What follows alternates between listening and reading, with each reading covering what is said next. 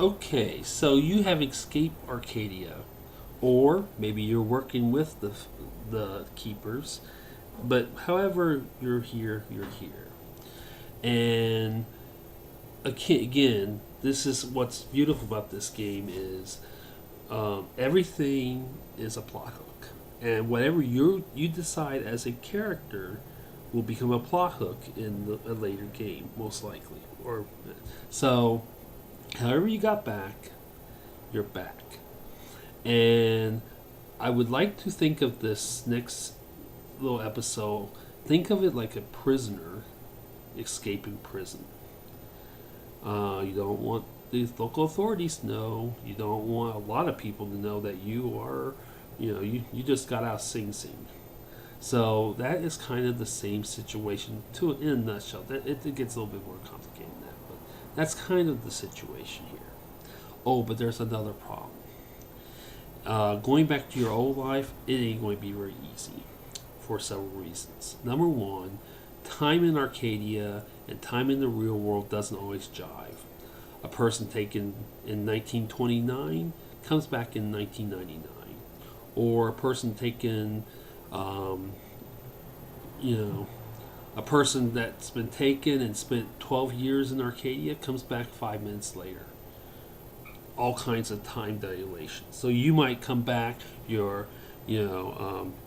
people think you've died 12 years ago and you're still young or whatever.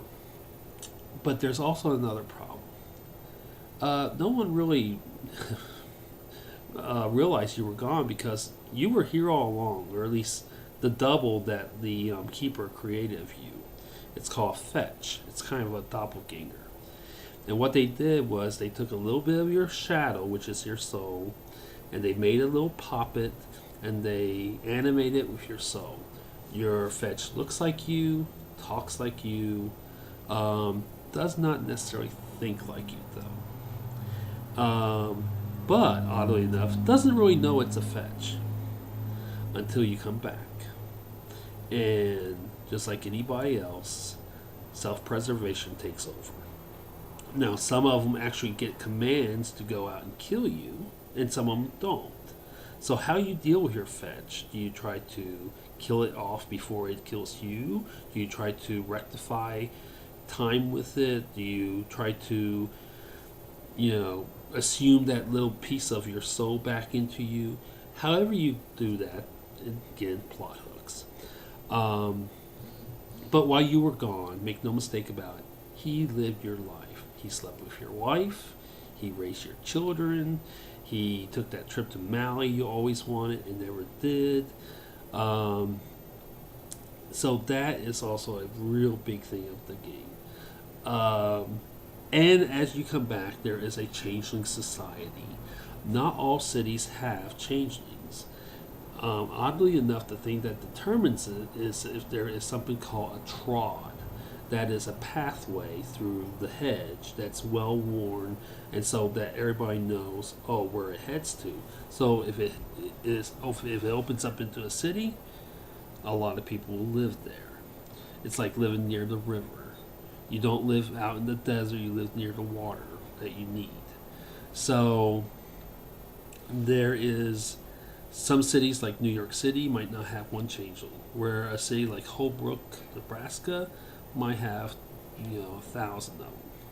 So I'm thinking more of the escaping in. Okay, I think this might actually be. Well, no. Let me continue. When you come back, again, you have to determine what level you join Changeling Society. Changeling Society is broken up into 4 courts. There is sort of a nobility in Changeling Society.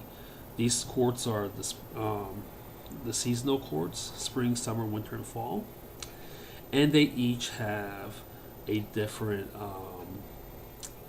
outlook on how to deal with the keepers.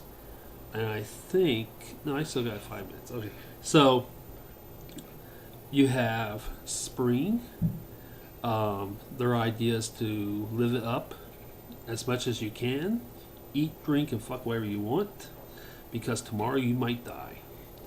And they all reside over an emotion. Their emotion is desire. They gain more power from creating and using desire.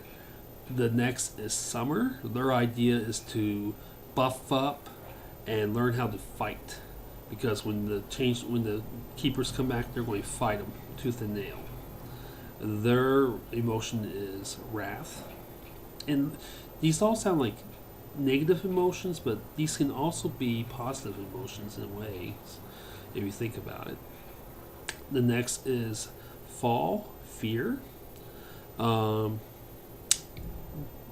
autumn court or fall, the autumn court is the court of occult. Of all the courts, they're the ones who want to study the keepers and not be like the keepers, but to kind of be like the keepers, so that when they come back, they know how to fight them real well. Then you have winter, which is sorrow. Their idea is that yes, through the sorrow that I have experienced through the keepers, it will make me stronger. They are a court of assassins and spies, mostly. I think that's where this video will end off.